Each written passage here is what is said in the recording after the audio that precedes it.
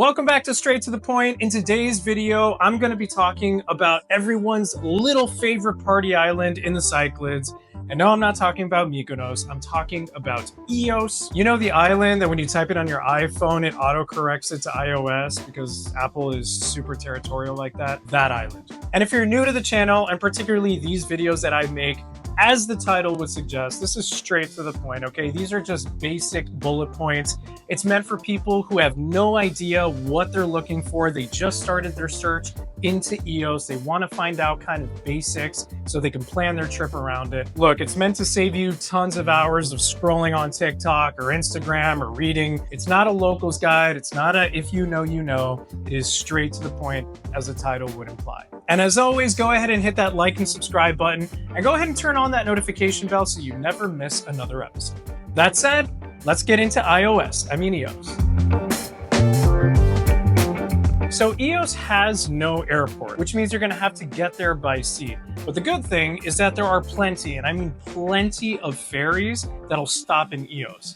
The reason being is because Agios is actually next to Santorini and is in that very popular corridor between Athens and Crete. Pretty much the bulk majority of that is the Cyclades, so you're not going to have any problems finding a ferry from pretty much any island or Athens or Thessaloniki in that entire area. I like to use direct ferries. I'm not sponsored. It's just I've used them for, man, a decade. Like every time I go to Greece, it's just better. It's a better platform and they've never done me wrong. So when it comes to where you want to stay, let's be real. You're probably watching this video right now because you want to party. Agios is famous for partying. You want to stay by Mylopatas beach. You don't actually have to stay in Mylopatas, like at the Far Out Beach Club, which we'll talk more about in a little bit, but you definitely want to stay somewhere around or close to Mylopatas. I've been to Agios twice, but the last time I stayed a little bit longer and I stayed at Hotel Katerina. Amazing pool, great pool bar, some good food, and most importantly, it's within earshot of Mylopatas. It actually has incredible views of Mylopatas, and it's just like right there in the action without having to be in the action. But there's a few hotels in that area that you could absolutely stay in. Depending on your budget, you could stay at Hideout, Galaxy Hotel, or one that's like super cool. That would be the Grand Pool Suites. But if for some odd reason you need to be like smack in the center of the action, you can stay at Far Out. I just personally wouldn't. I can't be in that shit show, in that ruckus the entire day. Like I need a little break. The good thing about staying in those hotels and like Katerina and Grand Pool Suites is that you're kind of equidistant between Mylopatas and Chora, so you don't have to be too committed to either one. Honestly, you absolutely have to rent an ATV. I mean, in my opinion, there's no way around it because public transportation, like buses and things, like it's few and far between. The times are complicated. Like you want that independence. 200 cc's or more is perfectly fine. Rent an ATV. Because trust me, there's more to Agios than just Mylopatas or maybe Chora. Like, there's more. We're gonna get into that. Agios is young, like really young. Like we're talking 17 to 25. Like geezers like myself, I'm 36. I mean, I'll still go to Agios, but you're gonna find a lot of 17 to 25-year-olds. And if that's not your thing, don't go, because they're everywhere, like literally everywhere. It's their island. If Mykonos is like the older, I guess a little more mature and wealthier party island, then Agios is that, but for people who are younger and perhaps have not quite made it financially. What I'm getting at is that it's way more affordable and it still offers a lot of parties and beaches and a lot of the things that Mykonos offers, but you have a younger crowd and it's definitely cheaper. I mean, those two things kind of always go hand in hand. Young, cheaper. But the good thing is that just because it's young doesn't mean that it's trashy, okay? It's the type of visitor that goes to Agios that still maintains a good, nice level. The reason being, I think, is because Agios is an island where Scandinavians love to go party. Greece, if you're not familiar, like Greek islands, a lot of them get claimed by different nationalities, usually European nationalities. So if you go to Paros, there's a lot of French people. If you go to Rhodes, there's a lot of Scandinavians as well. If you go to Zakynthos, lots of Brits. Agios is a Scandinavian island. Like a lot of them on their holidays are going to Agios. And I think that since they're very level-headed people, I mean, they do get drunk and get crazy and stuff, but I think that makes that the island doesn't become trashy. Like I mentioned before, it's extremely hot, so just expect that, especially in the summertime. It's really hilly and dry, so definitely don't try to do too much because you'll get dehydrated and like hate life. So spend like the high noon part of the day just at the pool or chilling, because you're gonna hate it otherwise if you try to do too much during the day. I'll elaborate a little bit more, but personally the thing that I love about Agios and what you should totally expect is that it doesn't have those pretensions. It's an island that understands what it is. It's fun, it's cheap, it's lively, it's youthful. Definitely expect a young, relaxed, more innocent, humble vibe, I guess.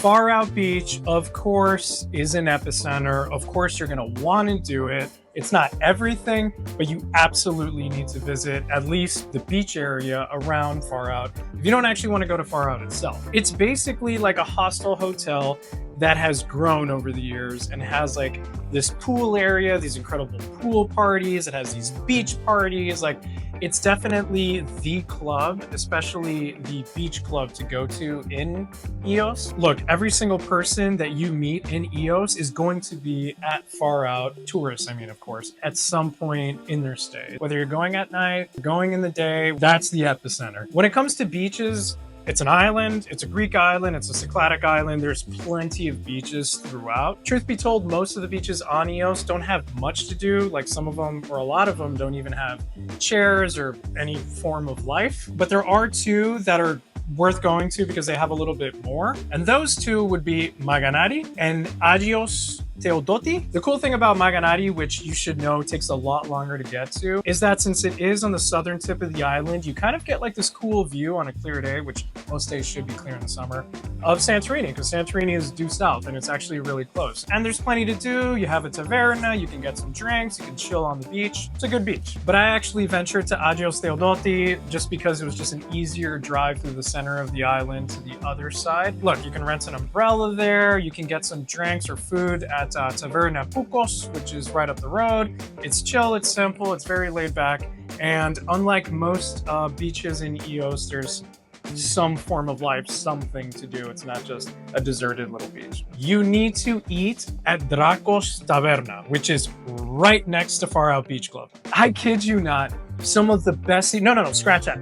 The best, absolute best seafood experience I've had on a Greek island, bar none. Incredible octopus, like the guy is prepping it right there in front of everybody, just beating that little octopus. Beating the puss, okay. Yeah, it's fresh, it's got the views. Please do yourself a favor, go to Dracos, get anything, but especially get the octopus, like grilled with the olive oil and the garlic, like incredible.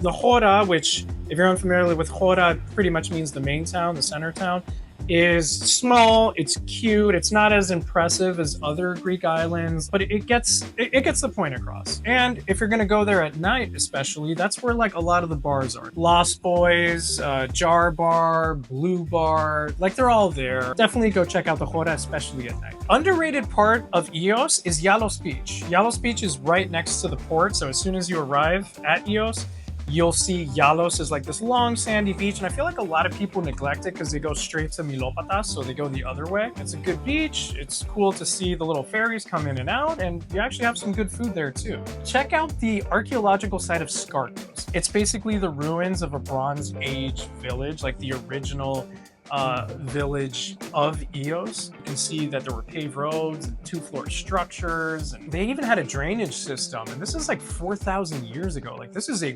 really old archaeological site, and it's really cool because it kind of adds to that mysticism, which also in Agios you have the tomb of Homer, which is kind of like, it's really disputed, like nobody knows if Homer even existed or not, but you know, they have this idea that Homer was from Agios, so you can check that out as well. It adds to that cool mysticism and vibe of the island for sure. The Odyseas Elitis Amphitheater is awesome. It's like a 1,000 seat amphitheater that hosts a bunch of cultural events and concerts during the summertime, and it overlooks Mylopatas, so you have these badass views. Like, and again, it kind of adds that other element to Agios, so it gives Agios culture.